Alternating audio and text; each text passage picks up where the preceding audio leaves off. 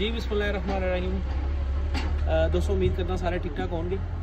साडे फार्मर जिहड़े है ने उन्हां दे कोल जिहड़ा फार्म दे उपर सब नाल बड़ा मसला हुंदा है ना, वो मस्टाइटस दा हुंदा है।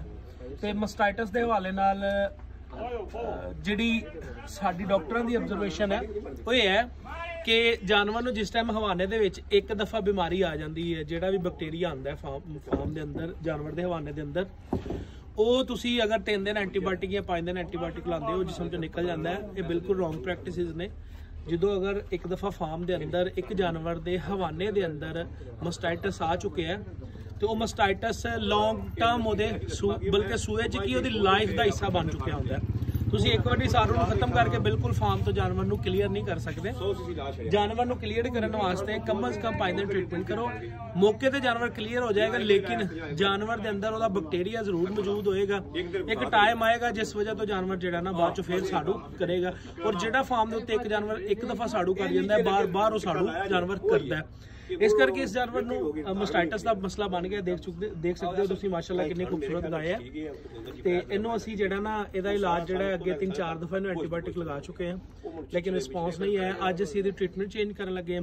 साड़ू ठीक हो जाता, लेकिन विद इन 1 वीक एक हफ्ते के अंदर अंदर दोबारा साड़ू कर जाती है। अज असीं ट्यूब का इस्तेमाल करांगे। ये ट्यूब जिहड़ी है इहदे हवाले नाल मैं थोड़ी तुहानूं इन्फॉर्मेशन दे दियां।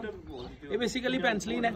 तो इनू असीं इंट्रा मैमरी किस तरीके नाल फार्म ते जानवर दे थन दे जरिए अंदर किस तरह इंजैक्ट करनी है, सारा तरीका कर तुहानूं समझाने हैं जी।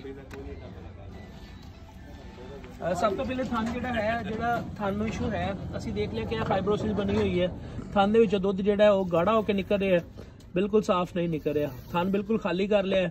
उस तो बाद इनू थन दे अंदर असीं इस तरह पास करांगे,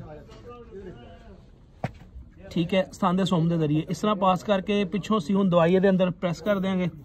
दवाई अंदर चली जाएगी, यह बिल्कुल चली गई दवाई।